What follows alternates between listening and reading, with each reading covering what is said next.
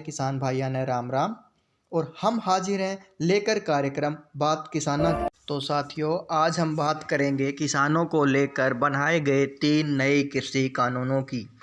हम इन 3 नए कृषि कानूनों को विस्तार से जानेंगे और आसान भाषा में समझने की कोशिश भी।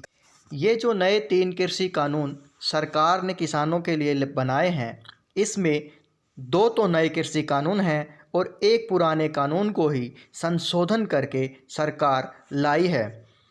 इन तीनों कृषि कानूनों में पहला कानून यह कहता है कि एक देश एक मंडी, यानी किसान अब अपनी फसल को कहीं भी बेच सकता है, यानी देश के किसी भी कोने में, और उसको वही भाव मिलेगा। लेकिन यह कानून एमएसपी की गारंटी नहीं देता, यानी मिनिमम प्राइस की गारंटी नहीं देता। और अगर कोई व्यापारी या कोई आड़ती उस एमएसपी से नीचे खरीद करता है तो किसान को शिकायत का अधिकार भी यह कानून नहीं देता, यानी वो ज़्यादा से ज़्यादा एसडीएम तक ही अपनी शिकायत कर सकता है। दूसरा जो कानून भारत सरकार किसानों के लिए लेकर आई है, वह कानून है कॉन्ट्रैक्ट फार्मिंग का। यानी जितने छोटे जमींदार हैं, 1 एकड़ 2 एकड़ या 5 एकड़ वाले जो किसान हैं, ऐसे ही छोटी ज़मीन के टुकड़ों को इकट्ठा करके बड़ी कंपनियां किसानों के साथ एग्रीमेंट करेगी। यानी 100-150 एकड़ ज़मीन को इकट्ठा करके एक बड़ी कंपनी किसानों के साथ एग्रीमेंट करेगी।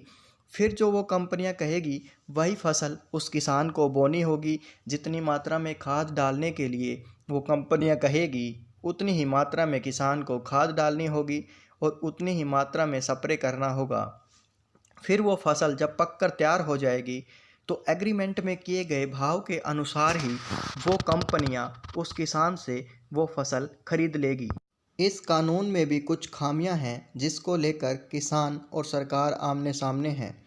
उसकी वजह यह है कि अगर जब वो फसल पक कर तैयार होती है और जब वो उत्पादन होता है तो उस फसल का जो भाव एग्रीमेंट में लिखा गया था, अगर वो कंपनी उस भाव देने से मुकर जाती है तो किसान क्या कोर्ट का चक्कर ही काटते रहेंगे।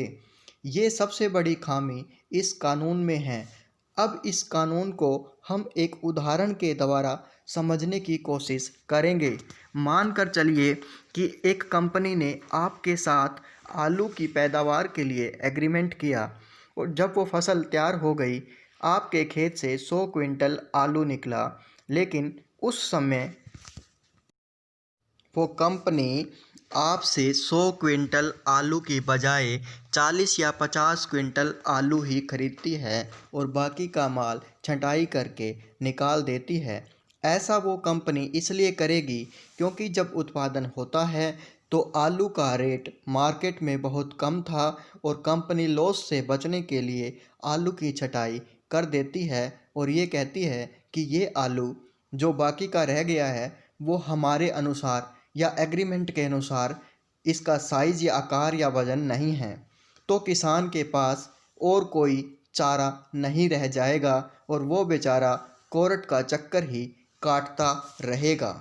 अब हम बात करेंगे तीसरे कृषि कानून की। जो कानून तो पुराना था, लेकिन सरकार ने उसमें कुछ संशोधन कर दिया है और बदलाव करके सामने लाई है इस तीसरे कृषि कानून को।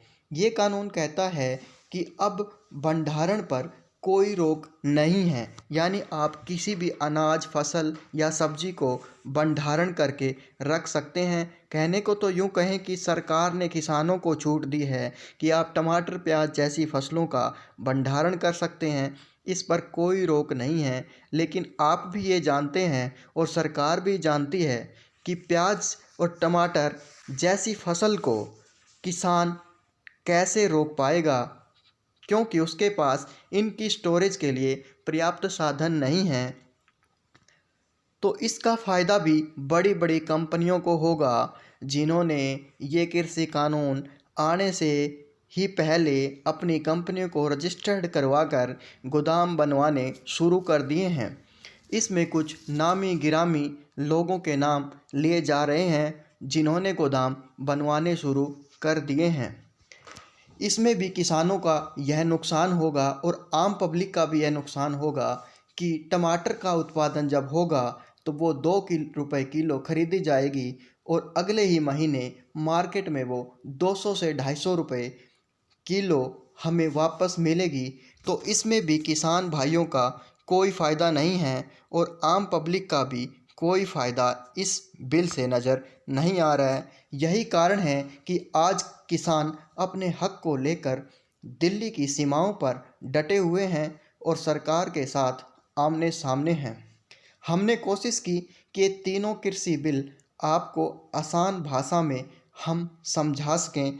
आशा करते हैं कि आपको ये वीडियो बहुत पसंद आई होगी। अगर आपको ये वीडियो पसंद आई है तो अपने दोस्तों के साथ शेयर कीजिए, लाइक कीजिए और हमारे चैनल को सब्सक्राइब करना ना भूलें।